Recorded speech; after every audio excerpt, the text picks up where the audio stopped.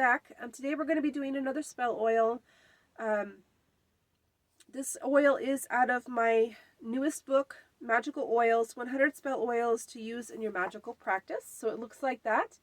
If you guys are interested in this, it will be linked below. There are 100 magical oils to use or to make and use. There's such a variety of different oils. I wanted to give you a book that had everything that you could possibly ever want to make.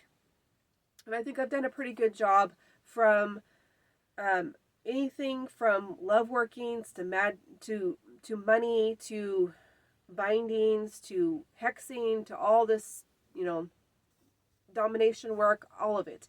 It's all in this book. So if you guys are interested, it's definitely in the link below, and that'll be the last of my little plug for this. So I'm so proud of this book. It was a labor of love, but it turned out really nice. So the oil that we're going to be making today, and once again, I'm just going to talk you through it.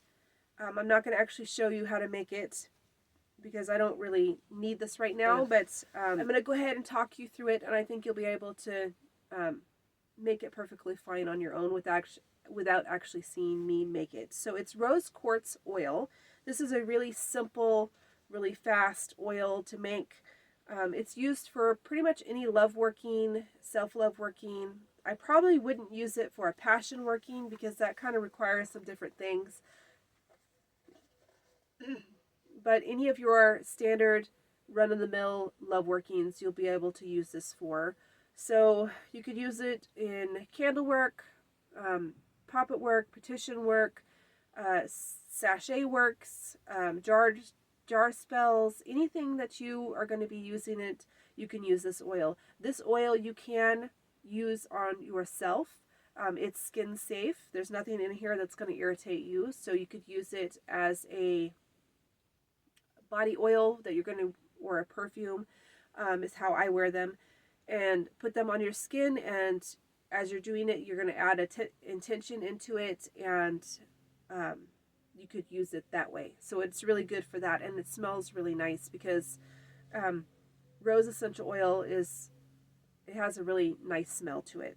So the thing that you're going to need is, I like to use roller bottles or dropper bottles, but you're going to need some sort of container to put your oil in.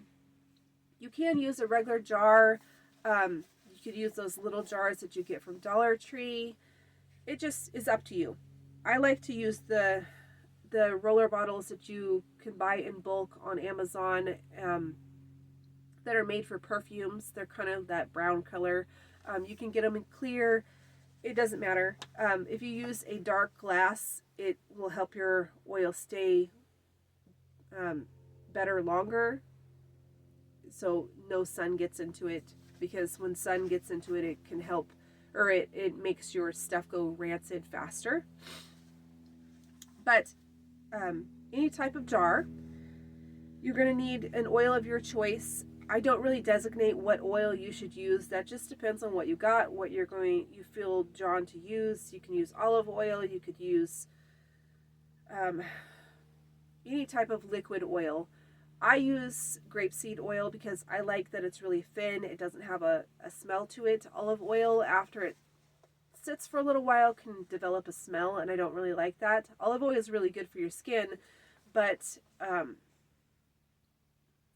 I don't like the way it smells after it's sat a little while.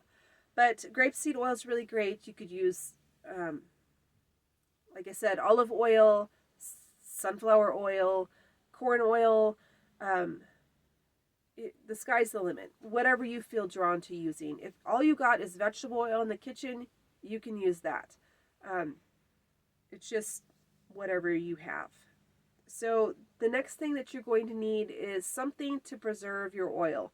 So I use vegetable glycerin. It is made for like making perfumes and lotions. It helps preserve it longer so it doesn't go rancid as fast. You can also use vitamin E oil. That works just as well. That's what I used to use way back in the day. But I find that I'm making my own perfumes now, that I have the vegetable glycerin, and it's really cheap on Amazon. You can get a fairly big bottle and you only use a little bit as long as your jars aren't too big.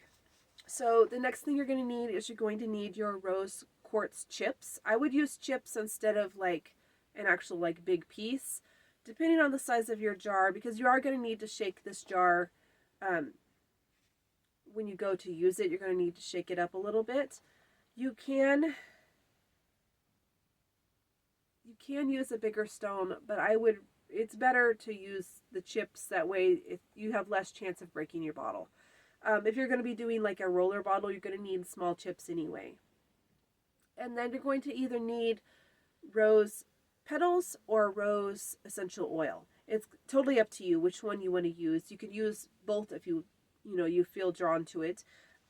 If you use the essential oil, it'll make the oil smell really nice, but it's not necessary. It's just an added intention. You could just skip the rose altogether if you don't have it and just use the chips, because this oil is, a rose quartz oil. The crystal is what's going to create the intention for this oil. So how we're going to make this is we're going to set up our workspace like we always do, whether that's at your altar or at your kitchen table, wherever you do your magical workings. You're going to set up your little space. You're going to cleanse everything, cleanse your area, cleanse yourself, cleanse the jar, all your tools that you're using. I would cleanse the rose quartz before I did them, because we're wanting these for a specific intention, and it's going to be the one that's, pushing the intention, the ingredient that's pushing the intention for this oil. So I would cleanse that. And then in your jar, you're going to add, it's hard to explain because for you're going to be using whatever jar you have, and I don't know what jar that is. So how I use a rule of thumb to measure my vegetable glycerin or vitamin E is I use a fourth of that bottle, or that jar needs to be vegetable glycerin. So however big your jar is, you're going to put a fourth of that jar with vegetable glycerin or vitamin E. I hope that makes sense.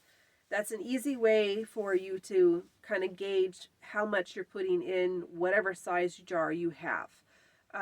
If you use a fourth, that's going to give you enough to preserve your oil, and it's fine if you go a little over. It's not going to hurt anything. But a fourth of the jar that you're using with vegetable glycerin or vitamin E. And then I like to add a little oil on top of that vegetable glycerin. You don't have to. I like to have a little more oil in there before I put my crystals in, so it doesn't have the chance of hitting the glass and breaking it.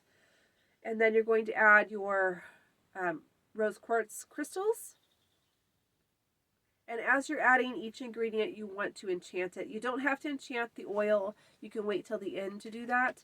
But you do need to be adding that intention as you're making the oil. So before you add your rose quartz, you want to, enchant it in your hand and then add it into your bottle as you're doing it. If you're using the rose petals or the rose essential oil, then you're going to add those to the bottle as well. And adding that intention with those, just like you did the rose quartz.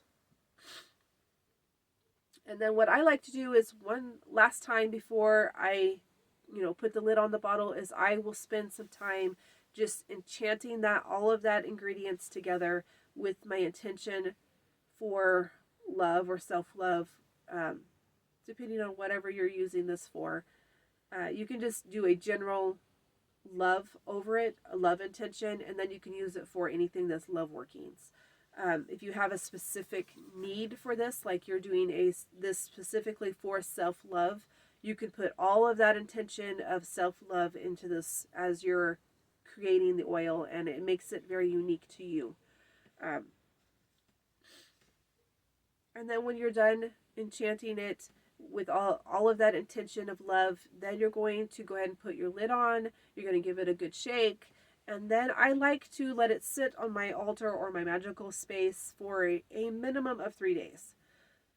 If I really need it right now and I'm making this to do with a spell that I'm doing at the moment, then I'll go ahead and use it. But on a general, if you're just making this oil to add to your magical oil collection, then 3 days on your altar at, I would say at minimum, and you can, leave it there as long as you want.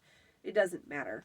But I like to leave it there at least 3 days before I really use it, and then it kind of is ruminating, and it's getting all of that intention and kind of marinating, like you would a steak. You're marinating your intention in this bottle, and then you're going to come back to it later. So how you would, if you're going to make this and then you're going to put it in your altar or your apothecary or wherever you keep your magical oils, and you're going to come back to it later, a month, a week, a day, however long it is, you're going to want to shake that oil really well, thinking of your intention as you're shaking it, because you're waking up that energy and telling it what it needs to do, kind of reactivating the intention that you had previously set. You need to wake it up and say, hey, it's time to work. So give it a really good shake, and then you can go ahead and use it in whatever spell it is that you're using. So I hope that you guys like this, and I'll see you next time. Bye.